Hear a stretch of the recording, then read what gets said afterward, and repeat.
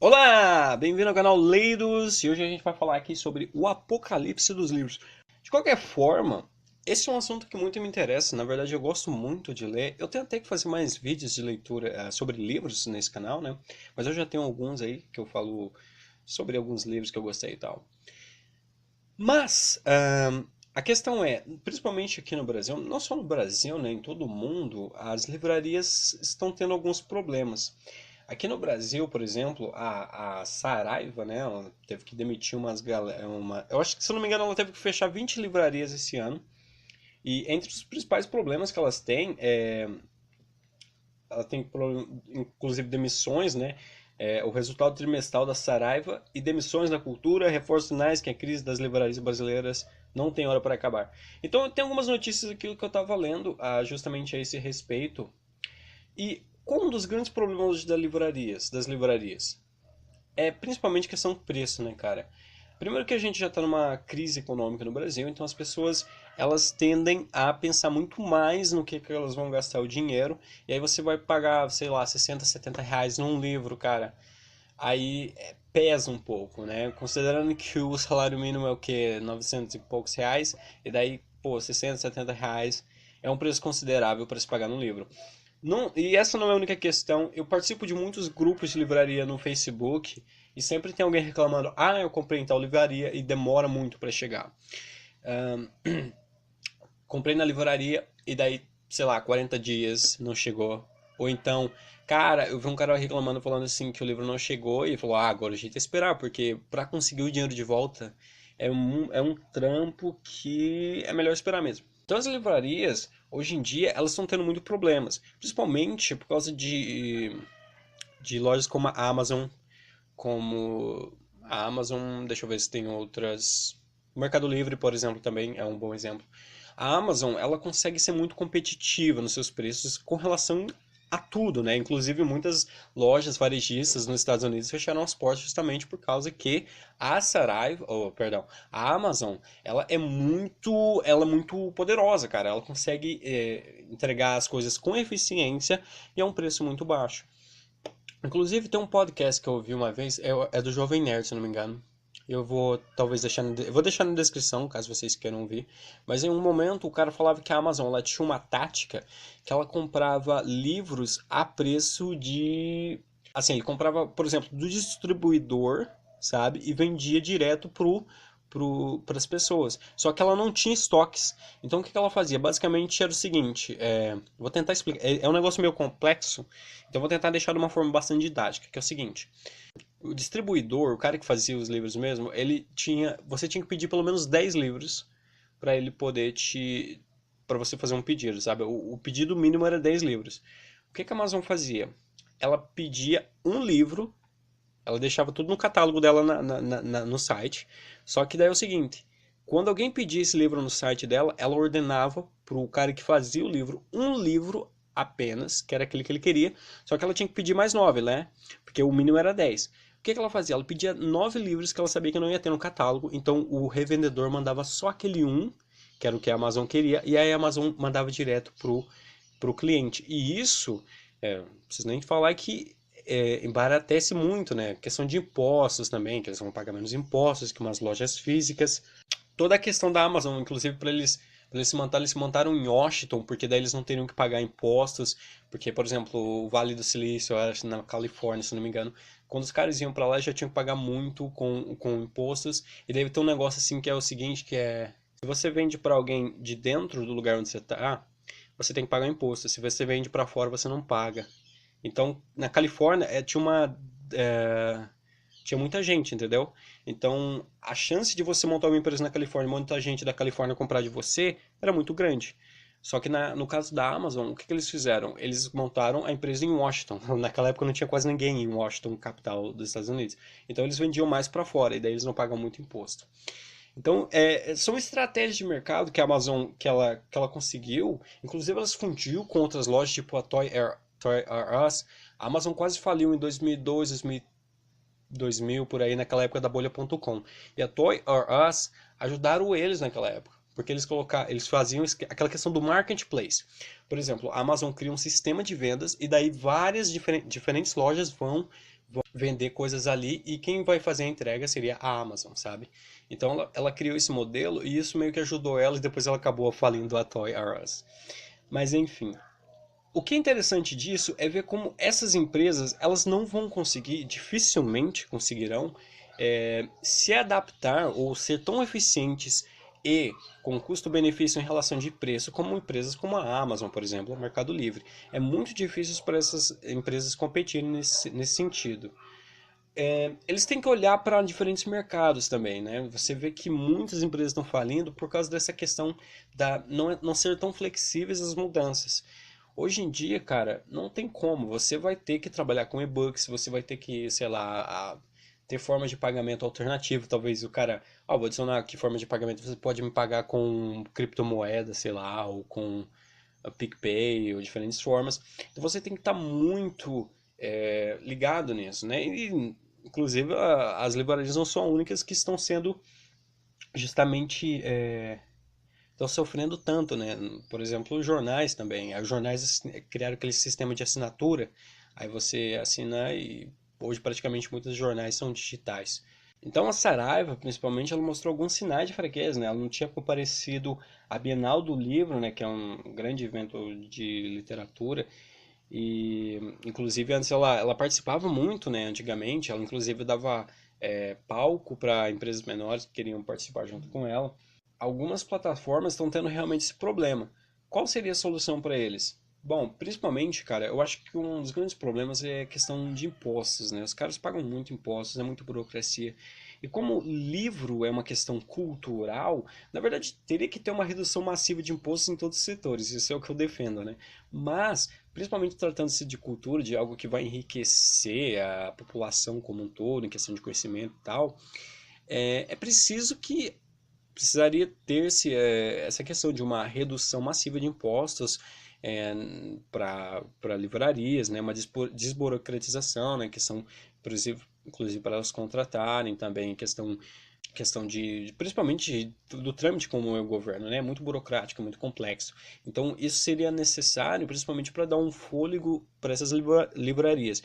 Agora, essa não seria a única coisa, né? Elas vão precisar se adaptar, elas vão precisar criar novas coisas, vão precisar se situar o que é e-book, vão ter que tentar participar mais do mercado digital, né? Eu estava até vendo que a Livraria Cultura, cara, ela estimou que 80% da receita dela vai vir de canais digitais até 2020. 80%. Olha, tem noção do que é isso, cara. De toda forma, essas empresas já têm tomado algumas medidas, né? Por exemplo, a Saraiva, ela começou com uns programas. Por exemplo, no trimestre, o canal de comércio eletrônico da Saraiva cresceu 2,5% nas vendas brutas, alcançando 38,4% do total de vendas, contra 36,6% no mesmo período do ano passado. A empresa também comemorou uma melhora de 6 dias no prazo médio de recebimento de clientes, então eles melhoraram o serviço logístico, né, para dar um menor prazo para as pessoas receberem os livros. Eles também tinham um tipo de serviço aqui que é falado na matéria, que é o Click and Collect, que é basicamente a pessoa compra, né, por meios eletrônicos e vai lá na loja e retira o produto. Isso é bacana para você, por exemplo, que mora perto, né, no caso. Mas se tivesse diferentes postos de atendimento por setores, assim, por exemplo, em cada cidade, assim, seria legal, porque o cara comprava pela internet e de repente ia num setor mais próximo de onde ele mora. Seria bacana, mas tem que também ver qual que seria o custo disso, né? Tem que ver se isso fazia sentido. Ou de repente, não fazia isso. Não fazer o seguinte, vou construir diferentes franquias em diferentes lugares. Não, mas simplesmente trabalhar com até outras editoras disponibilizando livros lá. E eles também falam que cresceu em 300% o Saraiva Entrega, no qual o cliente pode comprar produtos que não estejam disponíveis na loja para receber onde for mais conveniente. Tem um programa de fidelidade também, Saraiva Plus, que teve um incremento de 11% na taxa de reativação de clientes, quando comparado ao mesmo período do ano anterior. Já são 16,4 milhões de clientes cadastrados, que correspondem a cerca de 83% do faturamento. E também uma coisa que eles fizeram muito, que é muito interessante, é a criação do marketplace. Pelo menos a Saraiva estava vindo com isso. Que é basicamente o que o Magazine Luiza faz, o Mercado Livre, além da própria Amazon. Que é o seguinte, cara, eu não vou vender, ou melhor, na minha loja virtual, só o que eu produzo. Isso é uma sacada muito interessante. Porque assim, se, por exemplo, a Magazine Luiza coloca lá o catálogo das coisas que ele vende. Ah, vou vender, vou colocar aqui no meu catálogo só o que eu vendo. Vai ficar muito limitado, porque a Amazon, o Mercado Livre, eles têm coisas de diferentes setores. Então é o seguinte, eu vou agregar pessoas de diferentes setores e vou colocar elas para vender no meu site. E aí elas vão ter o lucro delas e eu tenho uma participação nisso. Então é a criação do marketplace. Então, parceiros da livraria poderiam vender produtos através do site dela. Sabe uma coisa que eu acho que seria legal também? Tem uns sites, eu acho que chama Clube dos Autores, alguma coisa assim. Basicamente são pessoas que elas fazem os próprios e-books e elas colocam em lugares assim e colocam a venda, né? Claro que não tem um preço muito alto, principalmente porque são autores novatos, mas assim, ele pega lá, faz um crivo, tipo, aí o autor mesmo teria que fazer o próprio e-book, né? Fazer a capa, todo esse tipo de coisa. E daí ele colocava lá, ó, você acha interessante? A Amazon vai fazer um crivo ali, ou melhor, a Saraiva poderia fazer um crivo e falar, é legal, cara, vamos colocar aqui numa aba autores novatos ou autores indies. E aí você poderia vender. Isso seria uma coisa legal para você incrementar as vendas, né? Para você ter uma receita diferente. Então, na questão de mercado, é muito importante. Não adianta as pessoas ficam muito tristes, né? E eu também fico, porque, como eu disse, eu gosto muito de ler, eu acho uma coisa muito interessante. Mas as pessoas ficam, ah, cara, mas não pode, como assim? A livraria está acabando, as pessoas não querem comprar livros, a gente tem que. A empresa tem que continuar. Cara, a empresa tem que se adaptar ao mercado. Ela não pode continuar fazendo as coisas de maneira tradicional se não tem mais sentido no mercado. Você precisa ter um alinhamento do seguinte: as pessoas querem comprar isso e eu quero vender isso a tal preço e as pessoas querem pagar tal preço para comprar determinada coisa. Se você não tem essa harmonia entre o cliente e o produtor, o varejista, etc., não vai dar certo. É simples assim. O mercado é como uma eleição. Você vai votar para os melhores. Não adianta eu ficar falando, ah, o livro é incrível, a gente tem que ter cultura mesmo. E aí os caras vão me vendem um produto caro em um tempo que não faz sentido, sendo que tem a Amazon que faz um serviço muito mais eficiente e barato. Sabe, você precisa se adaptar. E quem ganha geralmente é o cliente, tá bom? Este é um recadinho que eu estou dando aqui enquanto eu edito, né? Porque eu falei assim que o mercado seria como uma eleição.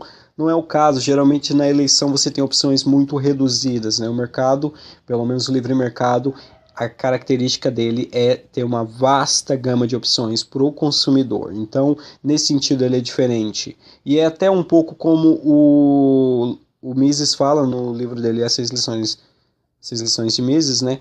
Que é o seguinte, cara, quando o cara é o rei do, sei lá, o cara é o rei do feijão no mercado, é porque ele serve as pessoas, é porque ele ouve o consumidor. Então as pessoas vão meio que voltar com o seu dinheiro para tornar ele o, o rei do feijão, entendeu? Então essa é a questão do mercado, você tem que fazer aquilo que seus consumidores querem. Mas enfim, vamos voltar para o vídeo. Uma outra ideia para as livrarias que eu achei fantástico é a ideia dessa livraria. É a questão de uma livraria que ela acaba com a questão de estoque. Estoque é uma coisa muito complexa, né? As empresas hoje em dia estão querendo trabalhar cada vez menos com estoque. A Amazon é um exemplo disso. Você tem produtos quase sobre demanda, é questão just in time. E aí você tem um produto que você quase não vou ficar com tanto estoque, vou mandar um produto rápido e eficiente para o meu cliente assim que ele pedir. Então, uma livraria, perdão, ela dá adeus completo ao estoque e imprime livros na hora. E o nome dessa livraria é Les Puff, eu não sei se está correto porque é uma livraria francesa, né? Então aqui, ó, uma notícia, eu vou deixar todos os links das notícias que eu citei aqui na descrição para você ler mais, para você ter uma ideia de onde eu tirei as informações. Mas essa livraria, chama Les Puff, como eu disse, e ela é a publicadora universitária da França, né? E ela tinha uma loja tradicional no centro de Paris, só que aí com a especulação imobiliária e queda nas vendas, ela acabou fechando. Só que ela voltou depois com uma proposta diferente, que é o seguinte: livros sobre demanda. Você chega, por exemplo, você chega lá e aí tem uma máquina que chama a Expresso Books Machine, não, Expresso Book Machine, e eles te dão tipo um catálogo em um tablet. São 5.000 títulos e outros 3 milhões disponibilizados pela empresa americana que criou a impressora portátil de livros, que chama On Demand Books. E daí, cara, o que que você faz?